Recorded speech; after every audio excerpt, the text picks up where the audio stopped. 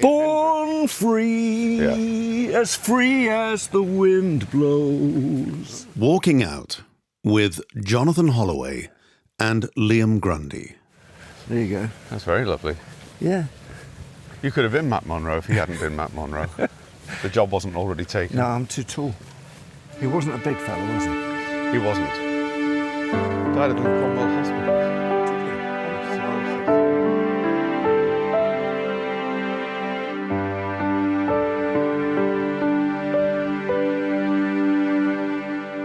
People. Actually, talking about Ian Hendry, Yeah. what I meant to say before we got Matt Monro'd up, Yeah. he was in the original Avengers.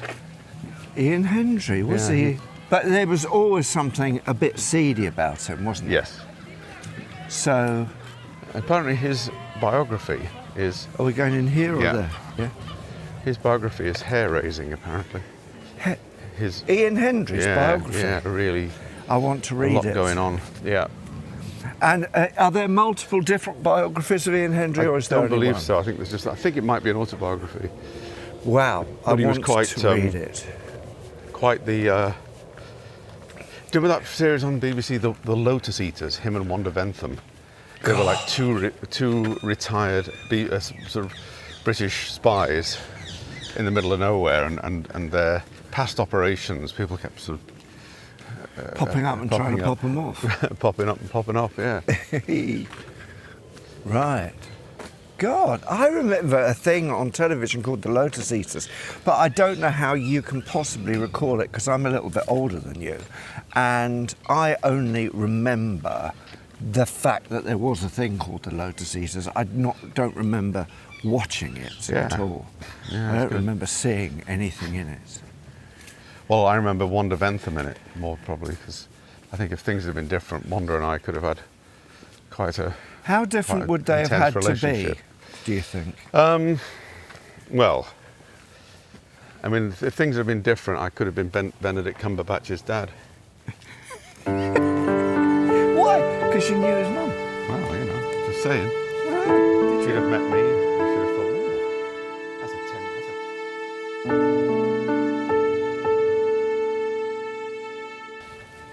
Well, but it's also interesting to look, isn't it? Because they've fenced off bits and put gates and things in. Yeah. And what are they? Are they gardens of remembrance where you're not supposed to take your dog? I don't know. I think they're bit by bit turning it into a more of a formal garden layout rather than just come here and kick a ball about. Well, that's a posh bench over there. You wouldn't want somebody kicking a ball at that, would you? No. Mind you, it's all the rage now, football. Oh, God. The Lionesses. Since the Lionesses, yeah. It's all the rage.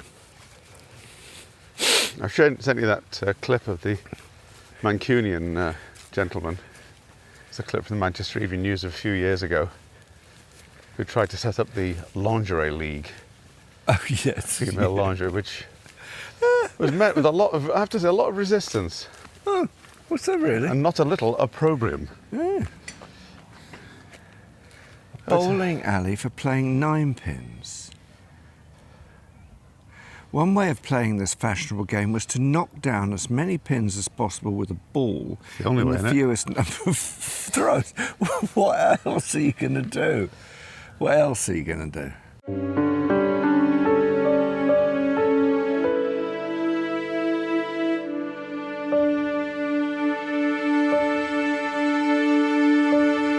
How's your dog getting on?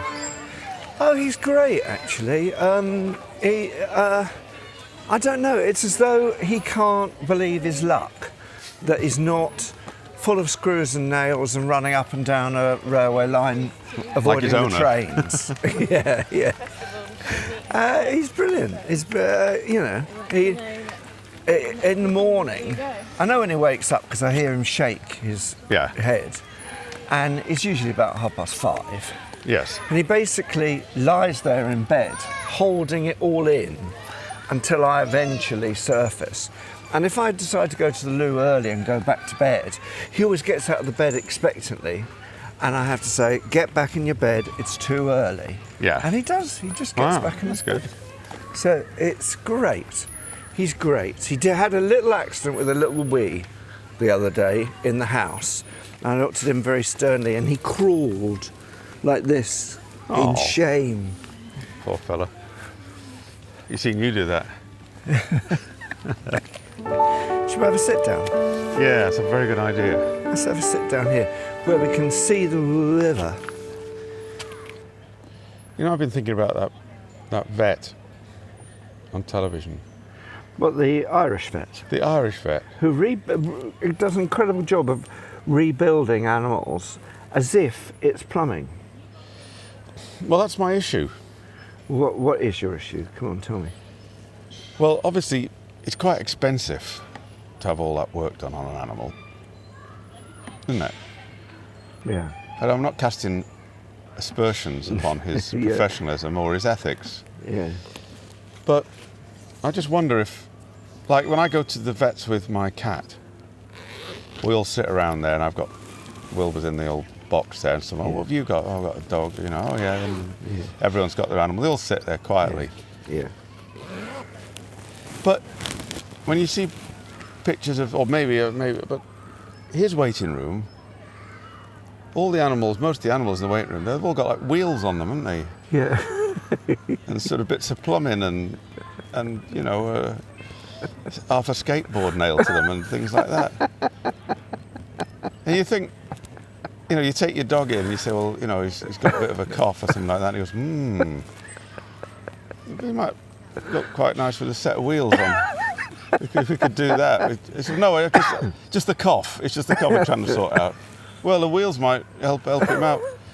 Might clear his throat or something. No, can we not put wheels on? You know, or you got a parrot who's, you know, losing his feathers. What about some casters on him? No. Can you just sort him out, you know?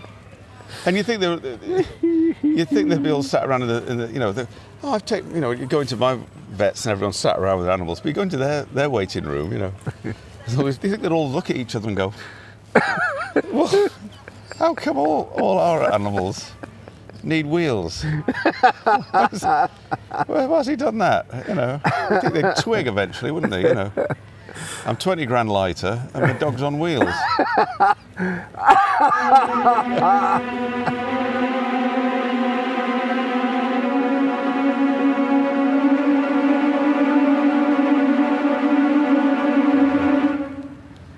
Those girls haven't quite got how to row a boat yet, have they? The one in the middle's the mum. As they go into that bloke on a kayak. Oh God, she's come off the seat. Oh no, she had a complete collapse. These lads are good, aren't they? Look. Oh. But I hope everyone's aware that there is no river in the UK that's been designated safe to swim in by I think it's the National Rivers Authority, if that's still going. Is that because the water firms are all Sewage, dumping yeah. sewage and no?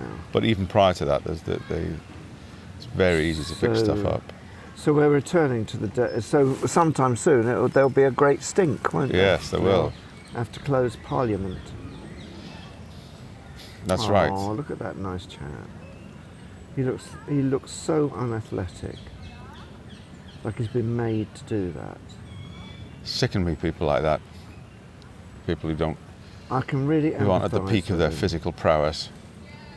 I've no time for him. He's been ordered on to that thing. Look. Who by, do you think? He's been up by his stepfather, his angry stepfather. Oh, the guy who's on his knees in tears. Yeah, he's on his knees in tears now. Oh, that would have been me if there'd been such a thing. Yeah. That's Rivers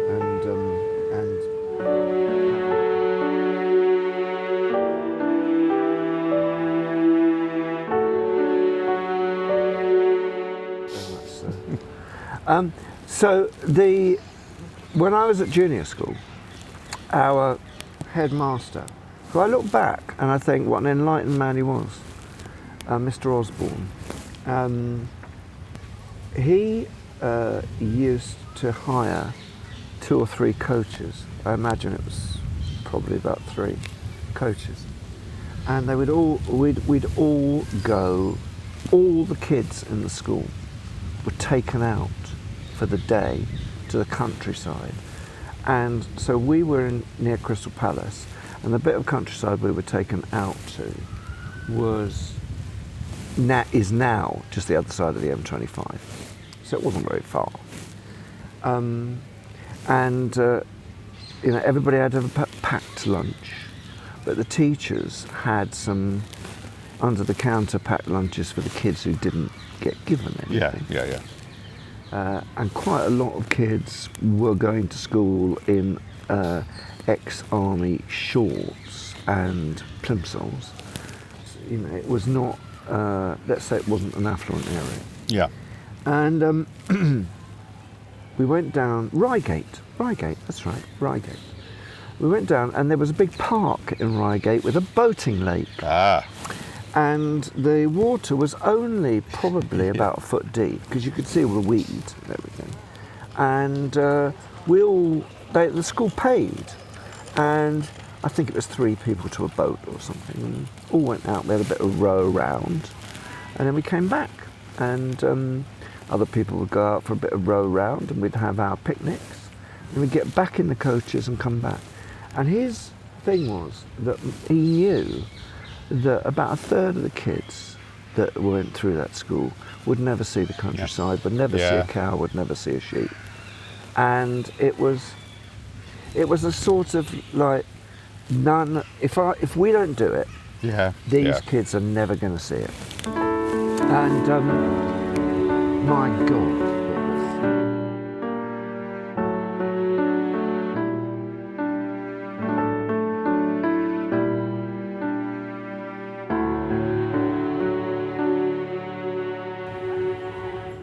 what should we do for lunch? Well, I think we should do what no one expects us to do. It's now 1:30.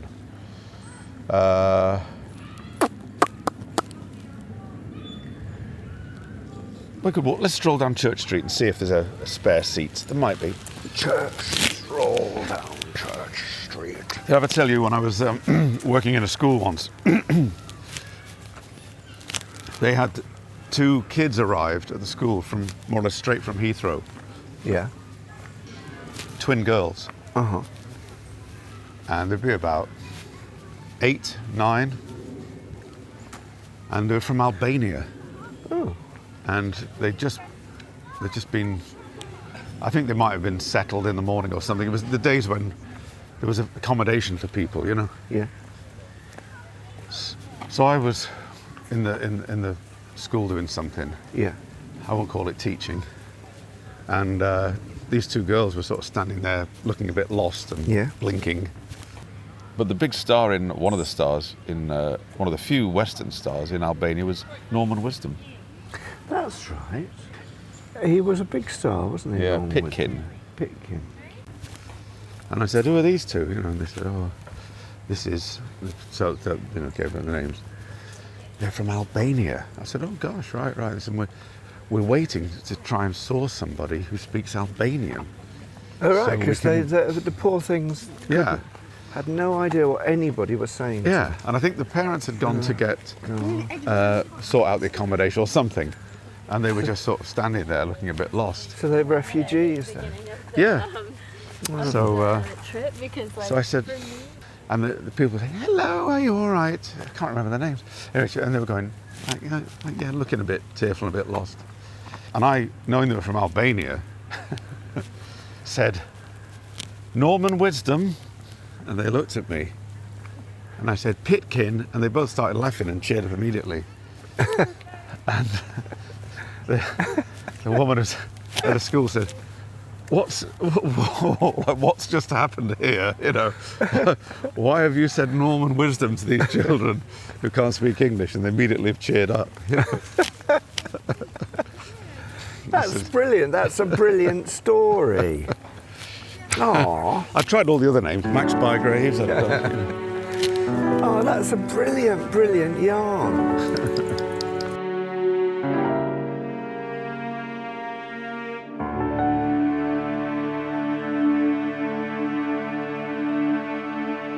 Walking out with Jonathan Holloway and Liam Grundy. With music by Liam Grundy. A Fruit People production.